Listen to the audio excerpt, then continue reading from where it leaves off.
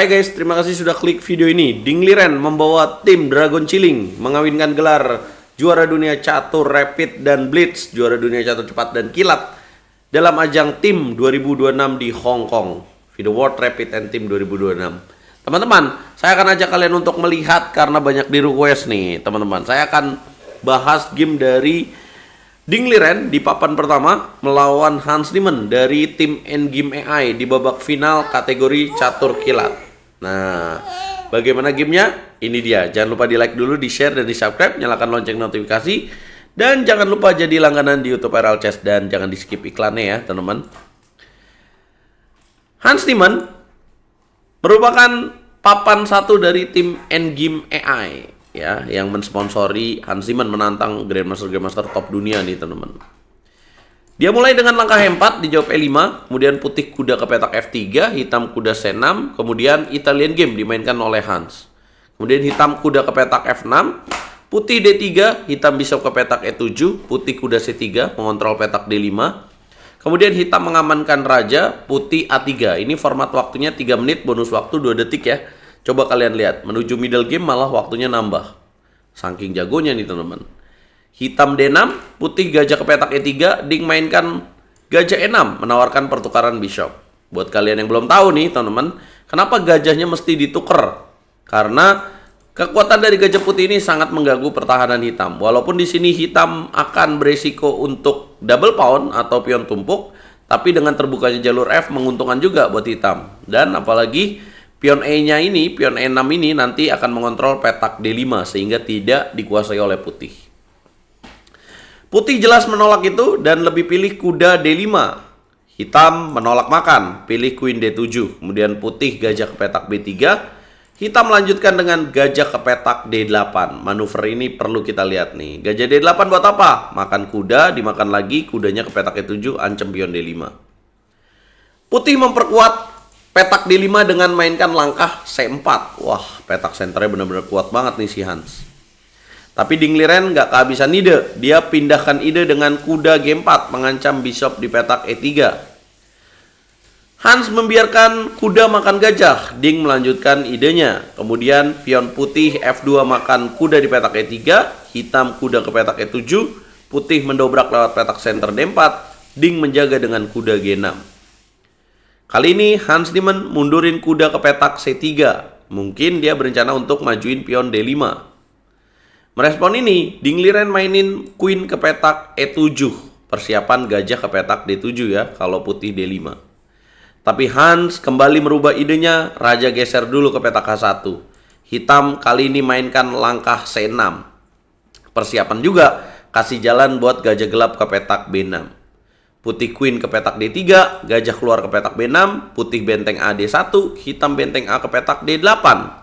Penting banget loh untuk menjaga jalur ini ya, karena ini permainan yang terlihat close position. Putih langkah ke-18 melanjutkan dengan langkah D5. Hitam melakukan kesalahan dengan gajah ke petak C8.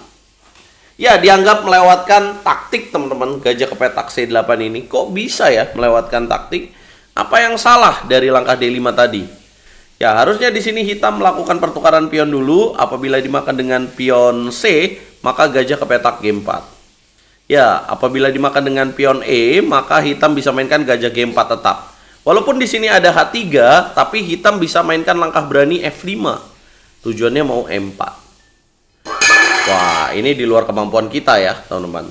Nah, ini Aliona ngasih sound effect ya.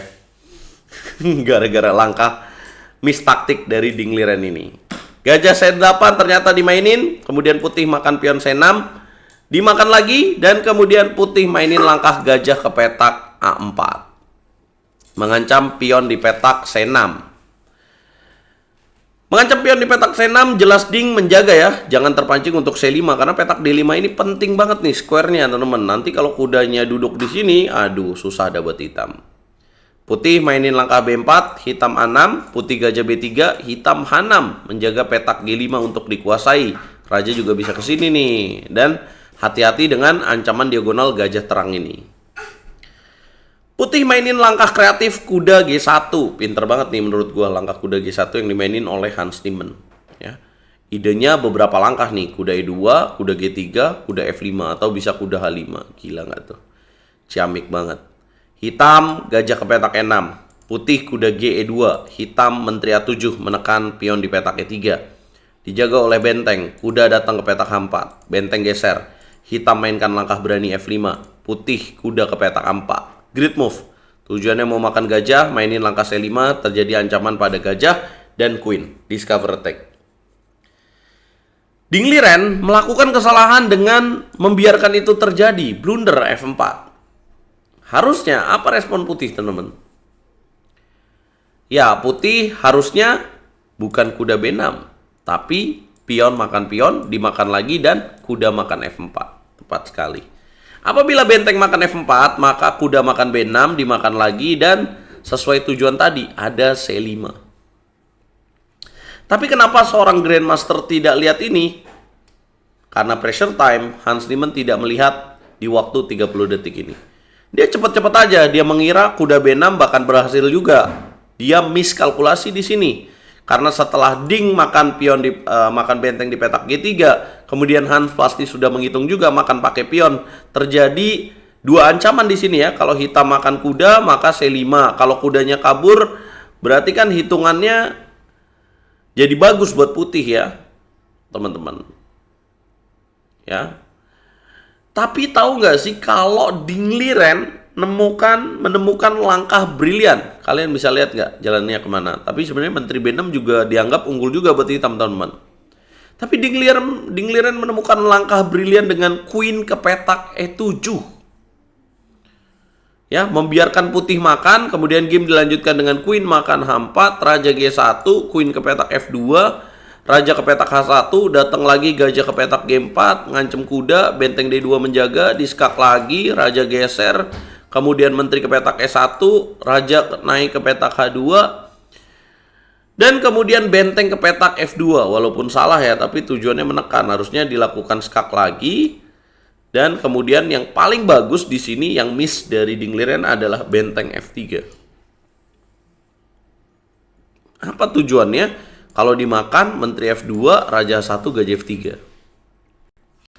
Kalau nggak dimakan nih, ibarat kata benteng F3, putihnya kemudian mainin langkah, for example, kuda ke petak A4, maka benteng H3 makan sama menteri F2. Nah, Ding Liren masuk benteng F2, pressure time juga teman-teman. Kemudian C5 dimainin, raja ke petak H7. Kemudian putih sudah kalang kabut di sini, benteng D1 langkah yang paling tepat, tapi gajah D1 yang dipilih. Gajah F3 datang, Ding Liren melakukan ikatan pada petak G2, kuda ke petak G3, benteng hilang. Hans Niemann belum mau menyerah, dia makan pakai queen, kemudian hitam queen makan queen, gajah F3. Setelah itu pion makan C5, dimakan lagi, dan queen makan E3 baru menyerah. Ini babak final yang sangat krusial dan Ding Liren menang. Ini memberikan keunggulan buat tim Dragon Chilling ya. Kemudian game berakhir dengan kemenangan bagi tim Dragon Chilling ya, dimana Wei juga menang melawan Denis Lazavic di papan ketiga remis, papan keempat kemudian Lu Sanglei menang melawan Dominguez Perez Linier, Zujina remis melawan Ju Wenjun, dan Wang Zihao menang. Jadi tim Dragon Chilling menang dengan telak, teman-teman. Kalau kalian tanya di mana posisi tim Indonesia tidak lolos ke fase quarter final, teman-teman, karena melawan tim kuat WR Chess ya. Dan inilah hasilnya. Untuk peringkat 2 Endgame AI, peringkat 3 tim Uzbekistan mengalahkan tim Hexamin, timnya Ali Reza Firuja, Anis Giri, teman-teman. Turnamen ini sudah berakhir dengan kemenangan dari tim Dragon Chilling, berhasil mengawinkan gelar ya. Mereka juara Rapid dan juara catur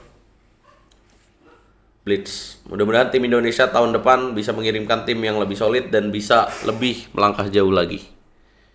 Bisa ada kejutan yang bisa dihasilkan oleh para pecatur Indonesia, karena pecatur Indonesia ini jago-jago nih main catur cepatnya.